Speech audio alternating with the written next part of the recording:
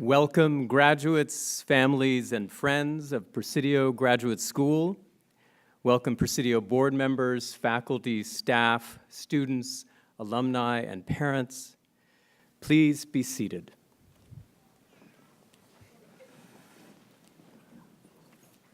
I'm William Shutkin, President and CEO of Presidio Graduate School, and I'm delighted to officially open the 9th annual commencement exercises of the MBA program in Sustainable Management and the 4th annual commencement exercises of the MPA program in Sustainable Management.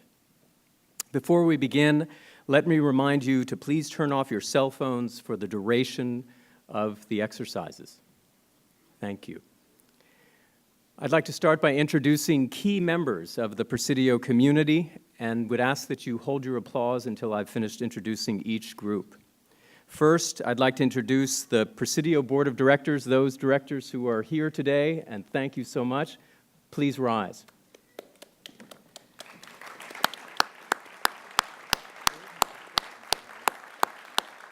Thank you.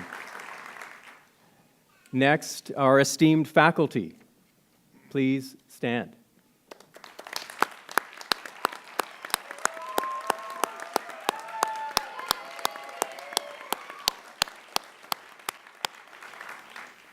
Finally, our dedicated Presidio staff and administration scattered about the room who make today possible. Thanks to all of you. If you could make yourselves known, raising a hand or two. Presidio staff. Thank you. Class of 2014. I want to talk to you briefly today about evolution, about the evolving nature of our society, and in particular, the three main sectors that make it up: business, government, and civil society. I'm interested in what I perceive to be a shift, a structural transformation in the way we view these sectors, how the boundaries between them are blurring, and how the responsibilities that define them are spilling over, creating in the process a new sector, a meta-sector that straddles and integrates all three. For the past half-century, we have watched structures long in place collapsing before our very eyes.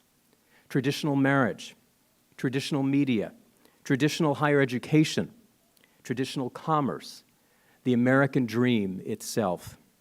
The sectors are no different.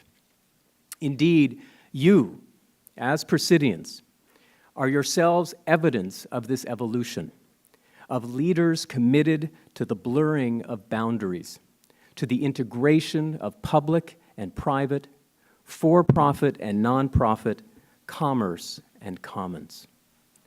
There's so much to this evolution, and I won't be able to do it justice today.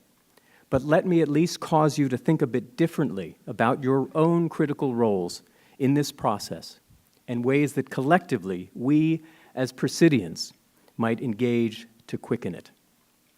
So here's the deal in its simplest terms. Until recently, it was accepted as a given that there was a private realm, a public realm, and a third space, the realm of nonprofits.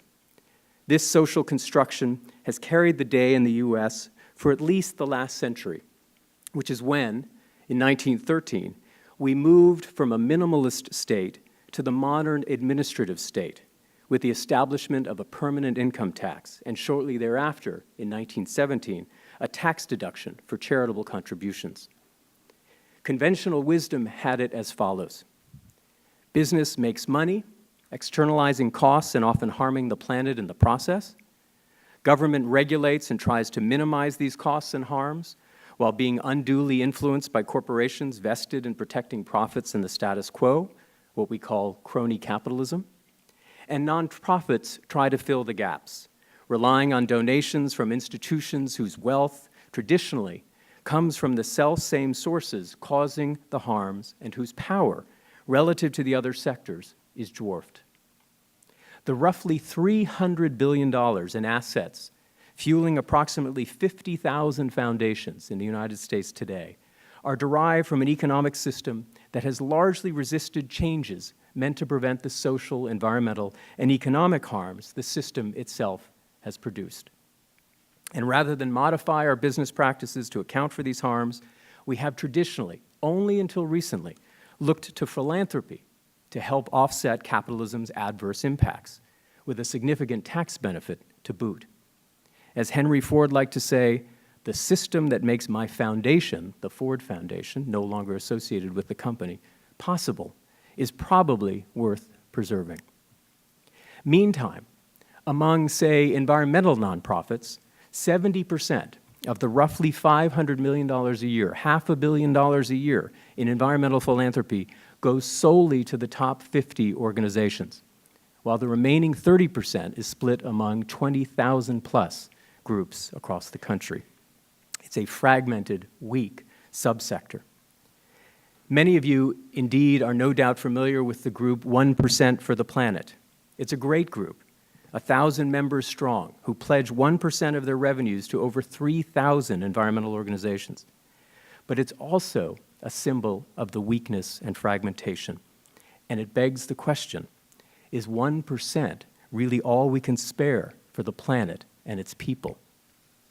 Or can we do better as businesses, as a society, as a species? How about 100% for people and the planet? After all, isn't that why you, newly minted Presidians, came to this special, seminal management school? Now, I'm someone who's worked in the system in a few different roles over the last 20 years. I've run organizations whose mission is to pressure and entice government and private sector actors to do the right thing. I've run a foundation. And now I head a graduate university training a new generation of leaders, you, who are able, we believe, to bridge the gap, too often a chasm, between private gain and public benefit.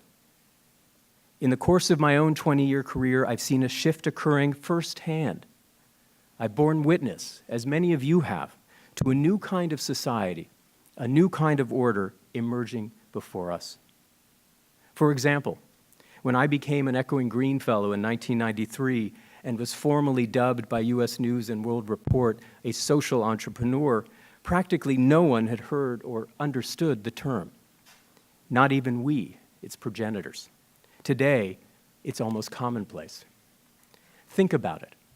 Like the sectors, for the longest time, there was a dividing line, a firewall, between the idea of social benefit on the one hand and the idea of entrepreneurship or business on the other.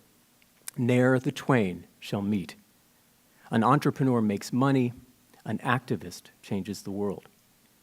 We have lived and still live largely in a Cartesian world, a world of dualisms, of binaries, either or, public or private, industry or ecology, free market or big government. The list goes on, and it's zero sum. But now we're mashing up these dualisms. We're starting to erode the dividing lines, and the very idea of social entrepreneurship, let alone the term, is one prime example of this. It's a mashup in the best 21st century sense of the term. But there are others. Terms, job titles, programs, practices that evidence an evolution in the way we think about social organization and our very purpose as individuals and organizations. And here are some, in no particular order, but very familiar to us, Presidians. The Urban Sustainability Director. The idea that today, in many cities representing over 60 million North Americans, we have a position dedicated to urban sustainability. And the very idea of cities as models of sustainability is itself kind of revolutionary if you think about the history of U.S. environmentalism, fixated so much on wilderness and parks. And indeed, the new managing director of the National Urban Sustainability Directors Network is our very own Nils Moe, an alum and a teacher in our faculty. But wait, B corporations. Who knew that we could turn the idea of an S and C corporation on its head with the idea of a B, benefit, for benefit corporations, as a viable alternative to the S and the C? Just ask Patagonia and Ben & Jerry's and Dansko. And thanks to Mitchell Friedman, our associate dean, we now have a partnership with B-Lab, which maintains and manages all of the B corporations across the country. Next, the sharing economy. More evidence of this evolution, this change. A pillar of liberal capitalism, ownership, being turned on its head just in the last few years. The sharing economy is slowly but surely displacing the ownership economy. Indeed, the very American dream, to the tune today of about $30 billion in GDP, up from 0 5 years ago. Airbnb, Uber, Lyft, Relay Rides, B-Cycle, Yurtle, Interface, and hundreds of other companies, many of which you never heard of just a few months ago, are taking the economy and our model by storm. Mission-related investing. Investment managers are aligning endowment principle with philanthropic purpose, leveraging the power of that principle, not just the interest on that principle, to the tune of $300 billion a year to invest in social change, the Rockefeller Foundation being a prime example. Impact investing. Firms are now starting to measure social and environmental performance alongside financial, moving from negative screening of bad companies to positive screening of top performers.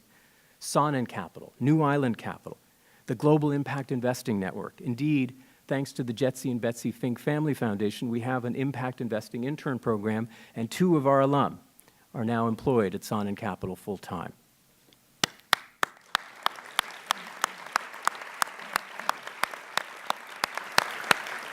Cause and effect, Presidio field building.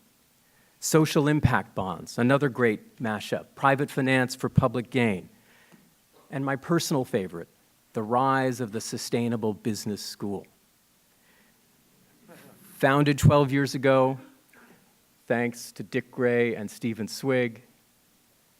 Presidio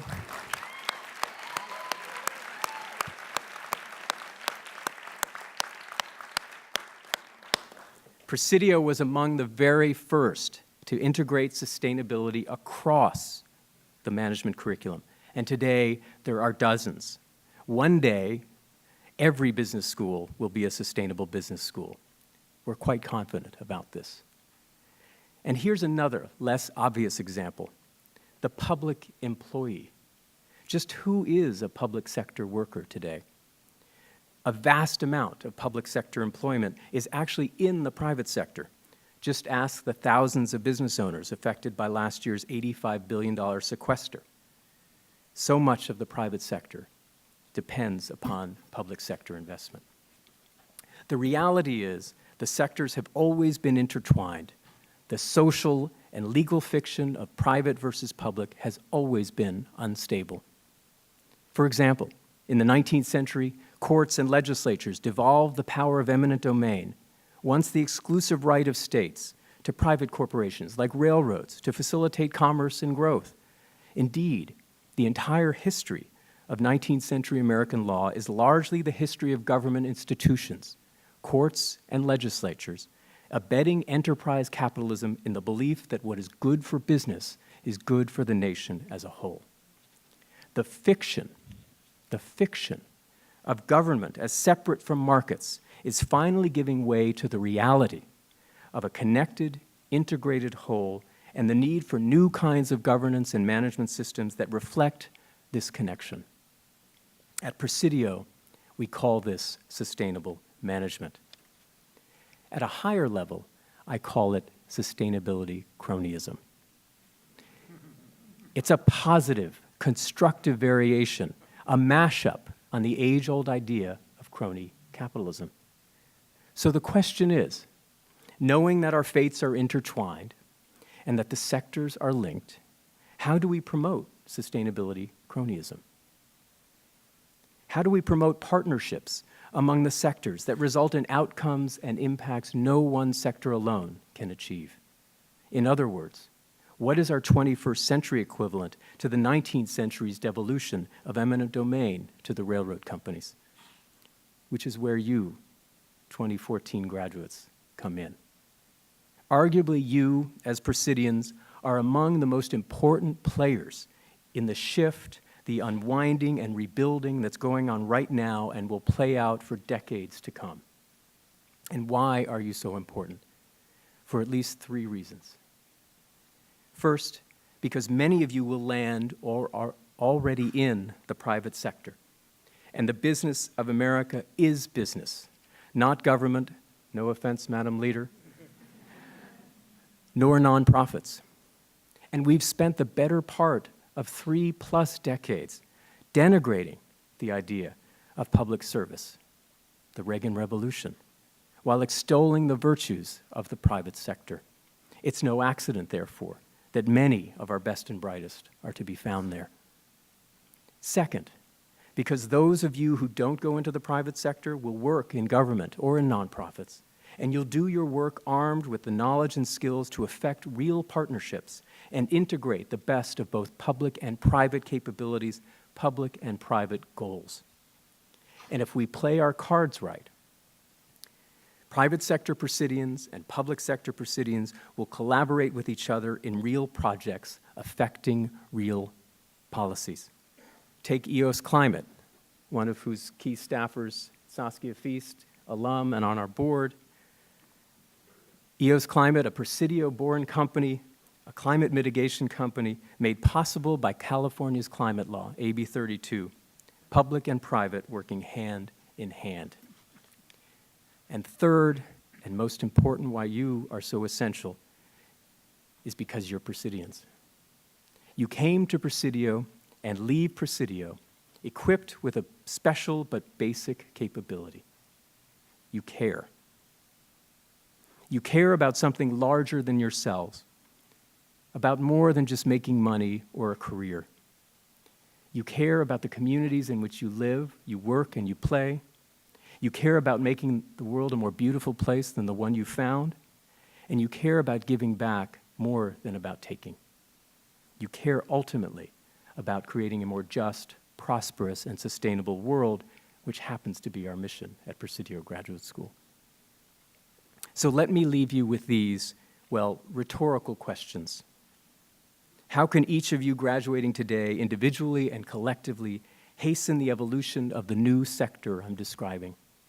How can you use your power as Presidians to change our business and policy models so that environmental and social impact is baked in ex ante and not ex post?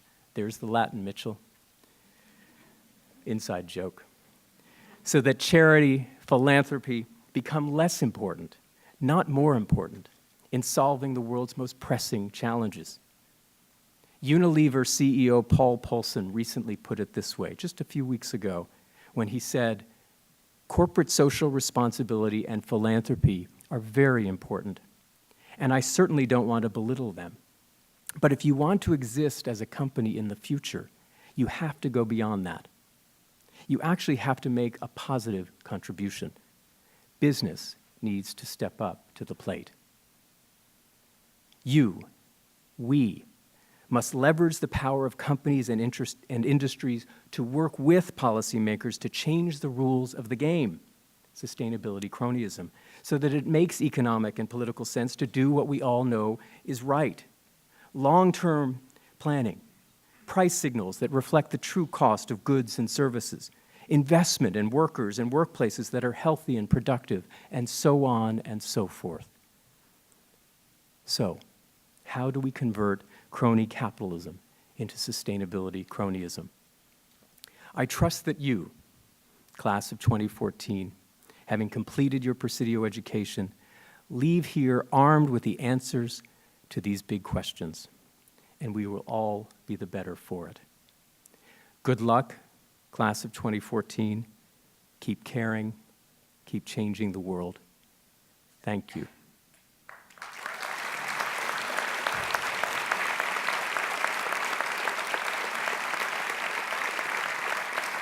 Thank you.